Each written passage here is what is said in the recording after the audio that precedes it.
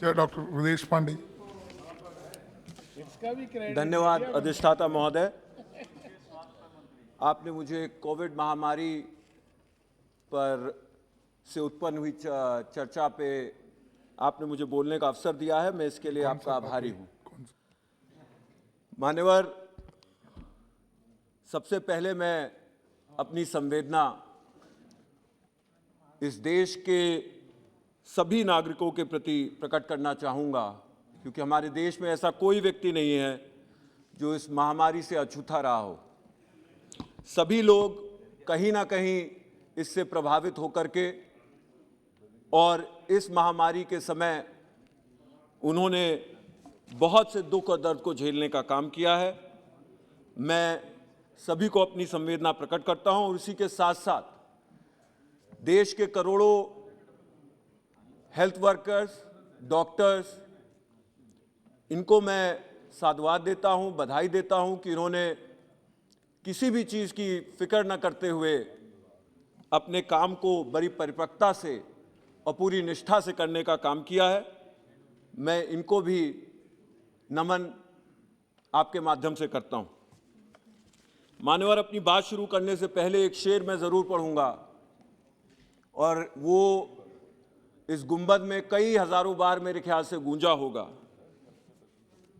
कि तू इधर उधर की बात न कर, ये बता काफिला क्यों लुटा, मुझे राहजरों से गिला नहीं, तेरी रहबरी का सवाल है। इस चाहे वो नोटबंदी रही हो और चाहे वो वैक्सीन के एक्सपोर्ट रहे हो, इस सरकार ने कोई भी चीज बिना दूरगामी परिणामों को सोचे बगैर ये कदम उठाने का काम किया है। किसी भी क्राइसिस के समय नागरिक अपने नेता की तरफ देखते हैं, मगर एक दो बार नहीं, हर आपदा में हमारी लीडरशिप ने हमें फेल करने का काम किया है।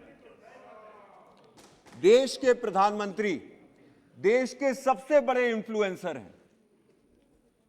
उनकी एक आवाज पर लोग नोट त्याग करके, अपनी जान पर खेल करके लाइनों में लगे रहे।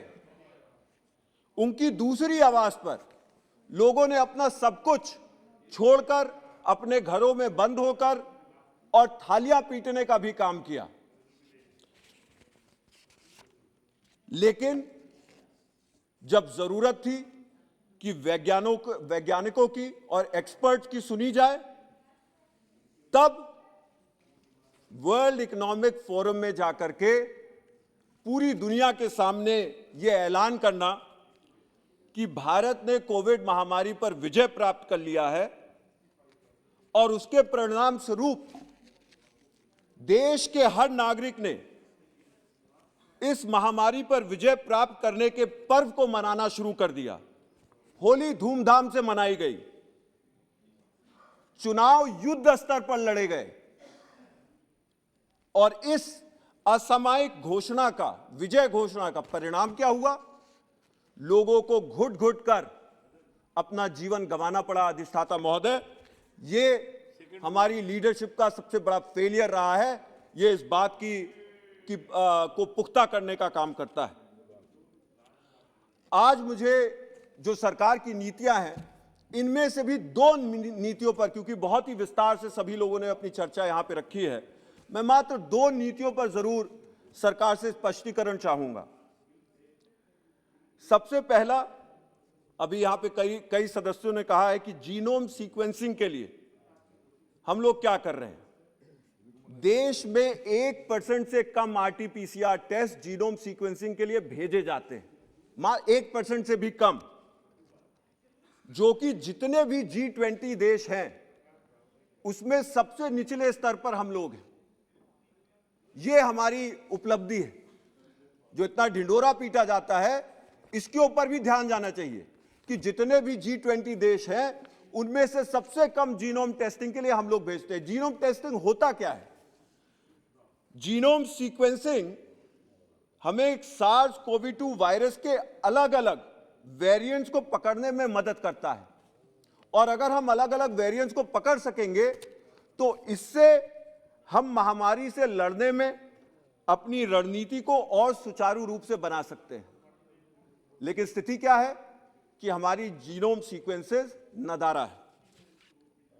कुछ दिन पहले माननीय स्वास्थ्य मंत्री ने कहा था कि ओमिक्रॉन वेरिएंट भारत में नहीं है, लेकिन यहां यह स्पष्ट करना जरूरी है अधिष्ठाता महोदय कि देश को बिना जीनोम टेस्टिंग के आंकड़ों पर जो नहीं हो रही हमारे देश में, इस तरह की घोषणाएं करना यह गैर जिम्मेदाराना है।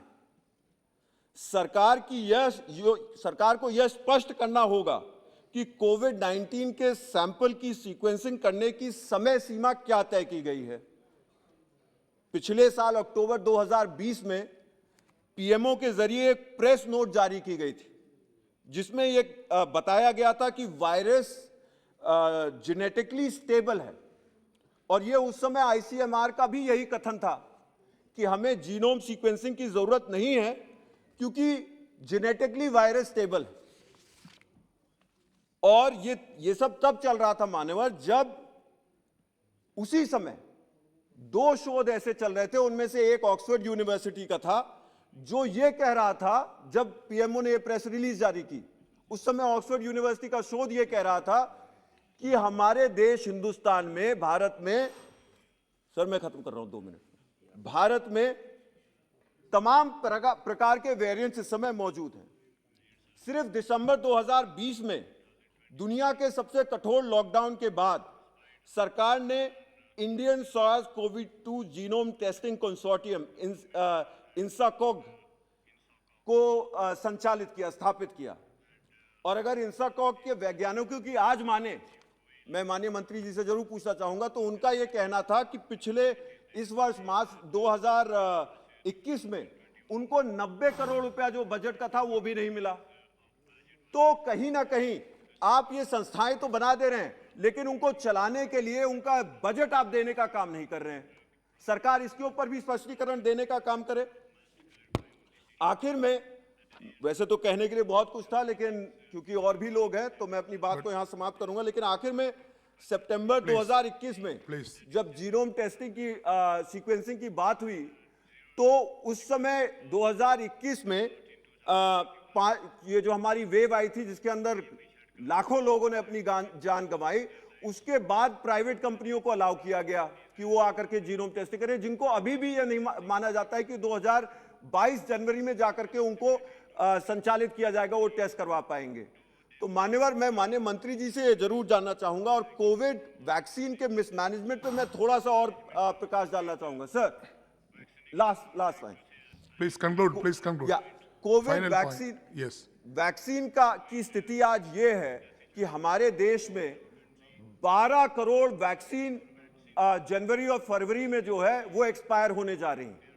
और हम एक तरफ ये कहते हैं कि 30% लोगों को हमने मात्र अपने 18 से अबव के एज को हमने वैक्सीनेशन दिया हुआ है, और हम ये भी कहते हैं कि अभी एक सदस्य बता रहे थे कि वैक्सीन का सरप्लस है, लेकिन हम अपने जो सरकार का टारगेट था कि 31 जनवरी तक हम 18 से अबव लोगों को सबको वैक्सीन दे देंगे।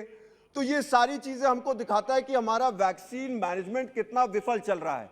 हमारे पास 12 crore vaccine, sir I am concluding, last line, 12 crore vaccine हमारी जो है वो एक्सपायर करने जा रही है। मात्र 30% लोगों को वैक्सीनेशन 18 साल की उम्र के ऊपर हुआ है, यानी कि अभी 70% लोग बाकी है, और वहीं पे हम कह रहे हैं कि वैक्सीन का सरप्लस है हमारे पास। इस पर भी स्पष्टीकरण होना चाहिए। ये हमारी बहुत बड़ी कमी है, और मुझे उम्मीद है कि सरकार इस पे भी जरूर काम करेगी। बहुत बहुत धन्यवाद।